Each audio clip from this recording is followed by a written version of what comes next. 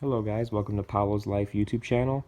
I have my 2004 C230 compressor in front of me here. Basically what I was experiencing one day when I turned off my car, drove my car, supercharger was fine, working great, car was perfect. Came back to the car, turned it on. This was a cold morning, actually. Turned it on a cold morning, about 50 degrees outside. It's going into winter now over here. And the supercharger wasn't engaging. My car felt very sluggish, no boost at all, and kind of blew my mind why that would happen within just one night of being parked in my garage. So I did some forum searching. I also did searching on YouTube videos. Couldn't really find an answer. I saw a couple of theories about some sensors, O2 sensors, things like this. I figured it was probably something else for my car since it happened overnight and it didn't show any kind of problems coming up to that. Since it's always ran perfect. So I read up on something called a recirculation air valve. Basically what it does is it sends air to the supercharger or doesn't send air to the supercharger depending on your throttle position and whether the car is idling or not. Basically it channels air to the supercharger to compress it, and it's a flap that looks just like a throttle body. So here's how I fixed it. The first thing you're going to need is some Torx, T-O-R-X sockets and bits. So here's the first piece that you need to take off. This is the air intake. You just take it off right here, these clips, 2 clips.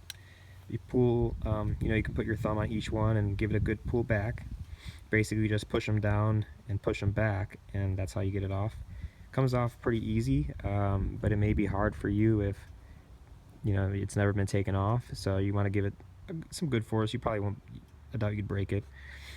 After you remove that piece, you move it out of the way, push it to the left somewhere, and then you're going to move into this.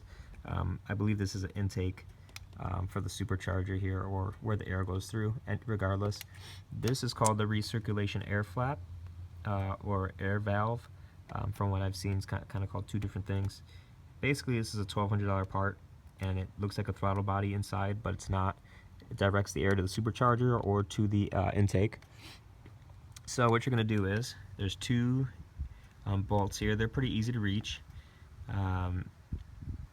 2 T pattern or star pattern bolts. Can't remember the size of them. I'll give you that at the end of the video if I can remember what I used. But I went to Harbor Freight, bought all the pieces I need for 30 bucks, and I fixed the car. So I'm gonna undo these 2 bolts here.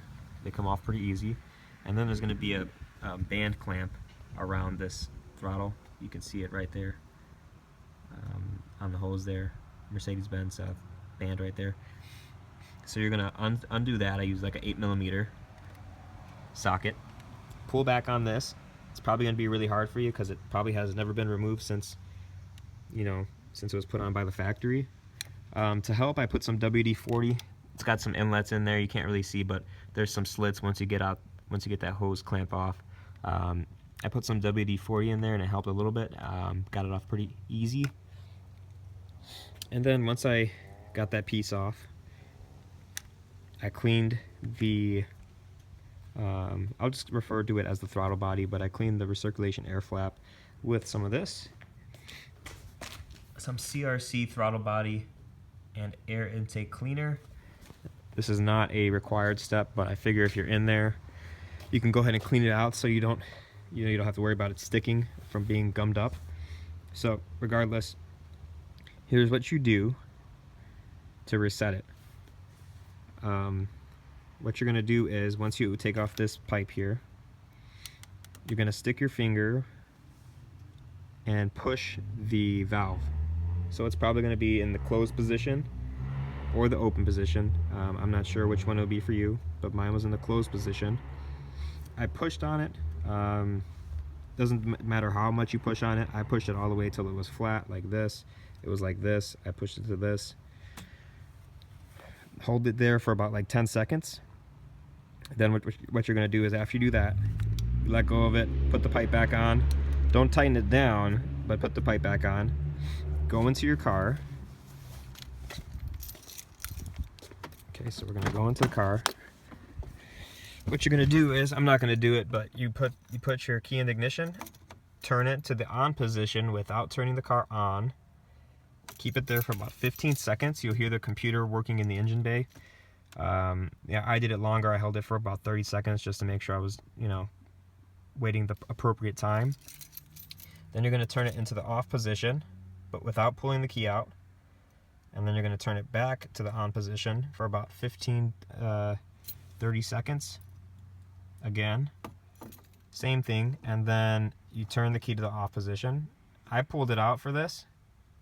And then you go ahead and put it back in. I let it wait another 15 seconds like this on the on position. And then I turned the ignition on. I let the car run for about 50-60 seconds, which was enough time for this flap to relearn its position, and then the car was fixed. So basically the problem comes from the air circulation valve loses its position. The computer doesn't know if it's closed or open or what the deal is. So in my case, I think it was leaving the supercharger stuck open, or not the supercharger stuck open, it was leaving the valve stuck open, which was just sending air to the intake and not closing it and sending air to the supercharger to get compressed. So that's why I was experiencing no boost. Let me take a second here and find what I used. I just went to Harbor Freight, which is a local store out here in the US. I'm not sure if they're international, but in the US we do have it. Let me see if I can find the sockets for you.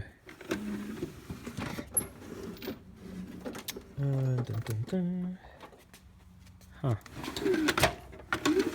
So I want to give you guys what I used. Okay, so here we go. I bought this Pittsburgh set. I use the quarter drive because it is a tight space in there.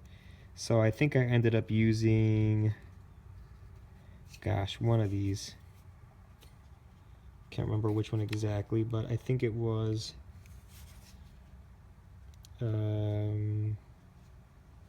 wow, not too sure. I think, oh, it was the biggest one actually, sorry. So the biggest one is E10. It's an E10 socket, as you can see there. Star pattern.